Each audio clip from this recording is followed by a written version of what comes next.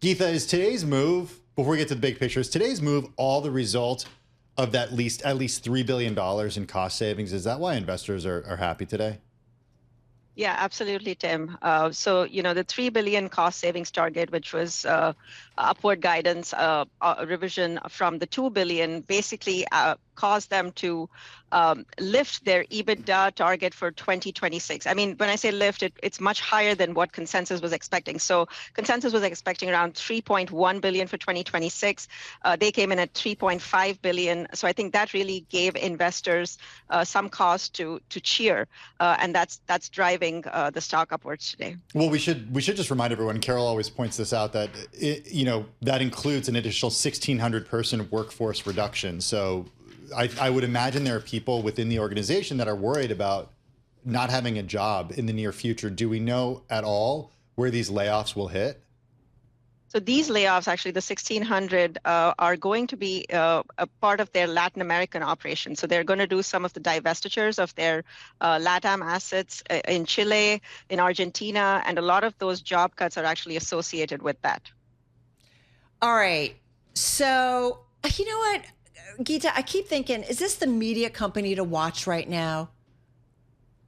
It definitely is, Carol. So, a lot of what David Ellison and his team laid out yesterday, I mean, they came across as a really strong team with a very, they have a game plan. They know what they're doing. But at the end of the day, and if you just look at the playbook, right, you guys mentioned the cost synergies, which are a big part of, the forward plan.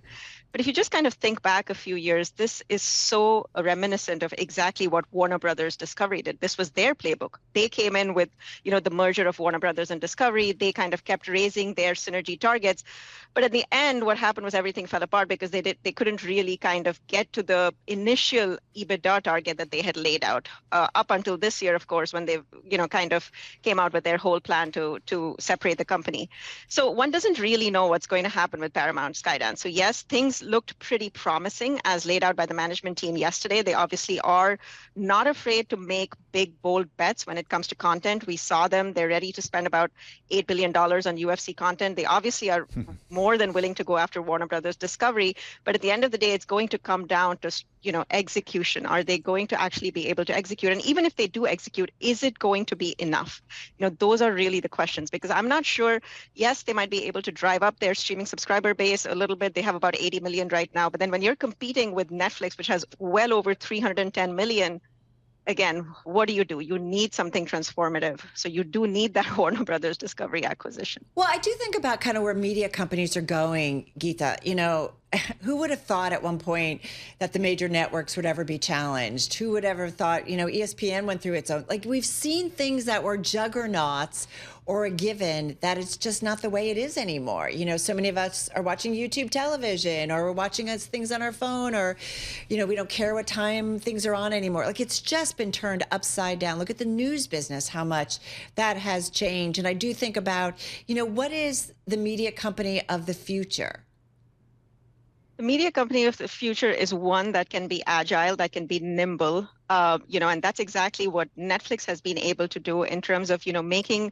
They did make the content investments when they needed to make it, but then they were able to pare back when they realized that, that couldn't go on forever, and when they were burning through free cash, right?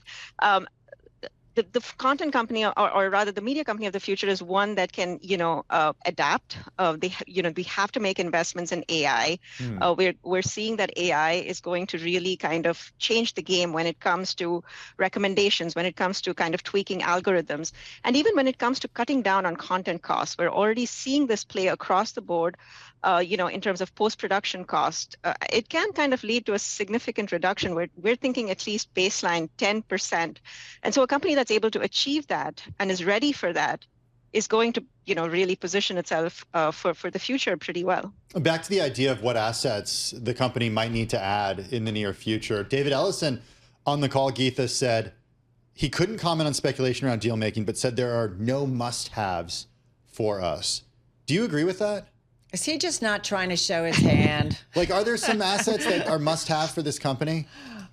I think so, Tim. I mean, again, they did full credit to the management team. They do seem to have a good strategy. They seem to be very bold and ambitious. There's absolutely no doubt about it. They are not going to just be okay with the status quo. That is absolutely clear. But, in their current configuration, I just don't think it's going to cut it when they have to compete with the likes of a Netflix or an Amazon or a Disney. They do need a better studio. Yes, they're committing to basically doubling their theatrical output. But if you just kind of look at the performance of the studio over the past so many years, it has clearly been such a laggard. So, getting some of those Warner Brother titles, I think, is transformative. They do need something for their streaming assets as well.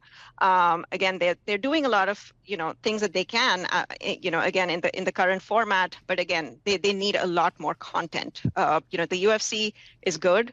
The NFL they have, but I don't think, that's good for some amount of customer acquisition. I just don't think it's enough. Hey, swallowing Warner Brothers, if indeed Warner Brothers Discovery, if indeed that gets done, I mean, I think we all keep being like, well, wait a minute. Paramount Skydance is about an $18.3 billion market cap. Warner Brothers is about almost $57 billion. I mean, it's going to be a lot of debt, right? We see that typically in media companies. Is it manageable? I think it is manageable. I mean, we have to remember here that, this is a little bit of an unusual situation. This is David Ellison. His father is one of the richest people in the world. So I think financing might not necessarily, I mean, yes, we've heard all these different reports of, the Paramount team kind of looking for private equity partners. We really don't know exactly how the financing structure is going to be.